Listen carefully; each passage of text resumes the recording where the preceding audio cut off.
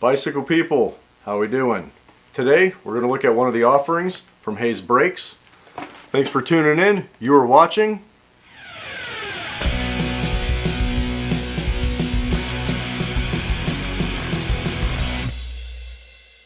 These brakes were sent over by the Hallahan clan and the special project they have going on that we already started covering before. So right off the bat, I want to thank them for giving me the opportunity getting to take a look at these. What we have is a set of the Hayes, let me get this right, Hayes Prime Comp full set, front and rear and rotors. Let's not waste any more time. Let's open them up. Let's take a look. You know what? Let's change camera angles and let's dig into these. Okay, we're looking at the Hayes Prime Comp. This is the rear set. Let's open these up. Inside the box, looks like we have a set of hardware with a spare barb and nut. That's so if you need to trim and bleed the brakes to fit your bike better, you have the hardware to do that. We've got all your standard installation guides and product guides. Here's one about the Hayes crosshair alignment system. We'll go over that in just a second. And let's get the brakes out themselves. Starting with the master cylinder that goes on the bars. These are the comp models, so we have a nice painted master cylinder with a silver lever, which looks like has some nice machine marks in the lever there. So that way you have some extra grip with your fingertips in case it gets wet.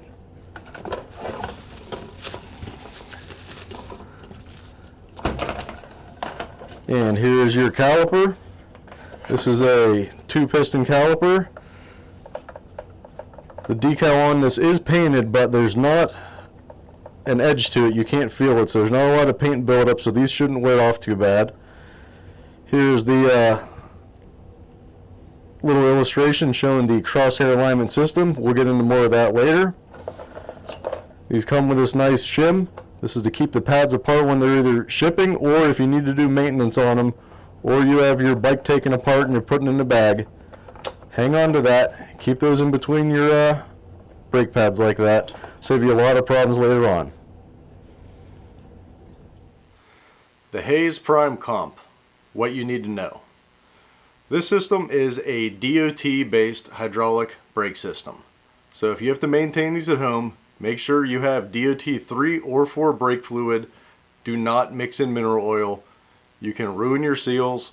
They'll start leaking. They may even just quit working on you altogether. And that's bad, okay?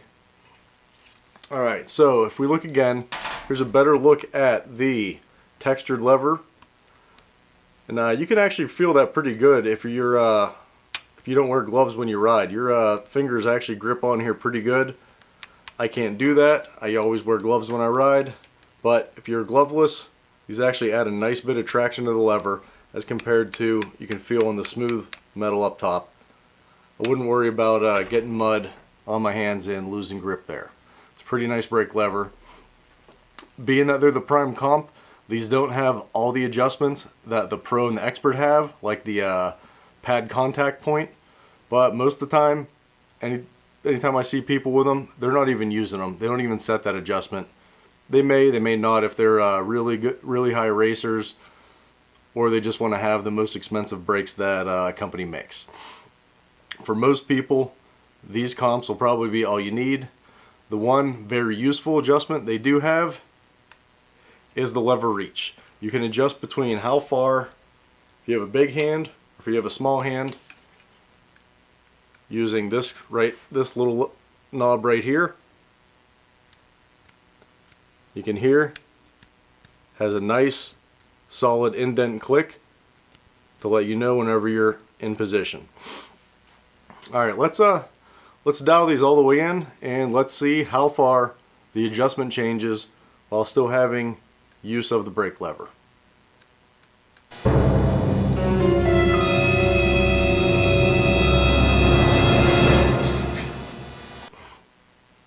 Okay, there we go. You can see the brake lever comes in all the way. You're probably not going to ride like that once you put a grip on there, there's not going to be enough room for the lever, but I don't know if anyone's going to run them that close, but if you needed to, you could. Big hands, small hands, all hands, you can use these. Now the guide does say also that the lever and master cylinder design on these has a fairly progressive pull, meaning the first half of the brake lever movement, you're probably not going to get much braking. The last half really ramps up so you can get pretty aggressive and powerful amount of friction. Now, why would you use that? They say that gives you a little more modulation with the fingers. When you're going down the trail, you can do fine little adjustments if you just want to scrub some speed, or if you really need to put on the brakes, pull them in all the way. Now, onto the caliper. As we mentioned before, these have the crosshair alignment system, and the only thing that's really different with that is pretty much all brakes have this oval on their mounting bracket. The crosshair alignment, the difference is this little set screw right here. We'll get a close-up of that.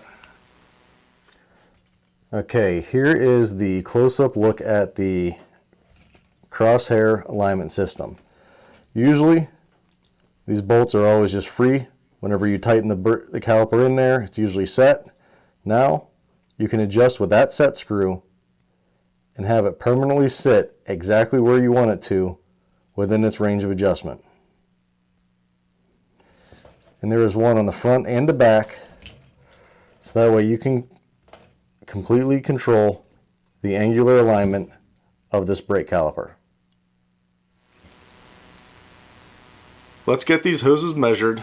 Let's get the fronts out of the box. Let's get those measured, so that way you know right out of the box if they'll fit your bike or if you need to trim them. And let's get these on the scale, see how much they weigh. Alright, we're back. We've got our tape measure and the vertically fish scale. These are the most scientific methods we have available. This is what we're going to use. We're going to measure from the end of the fitting on the hose to the other end of the fitting. Let's see how much length we have. This is on the rear.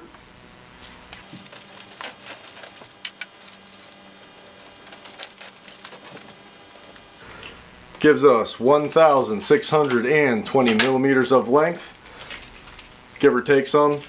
That should be enough for you to figure out if they'll work on your bike.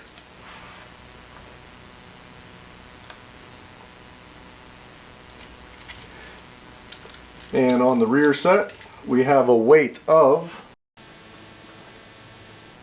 300 grams, give or take a few, depending on the accuracy of the scale.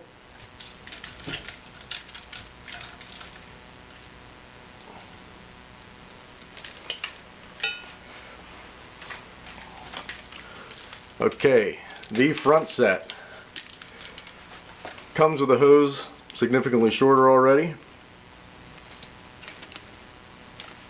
We've got a length of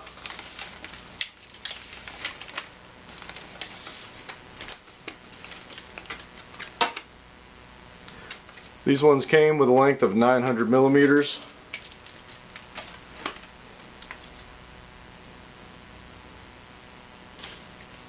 And we're at a weight of 280 grams.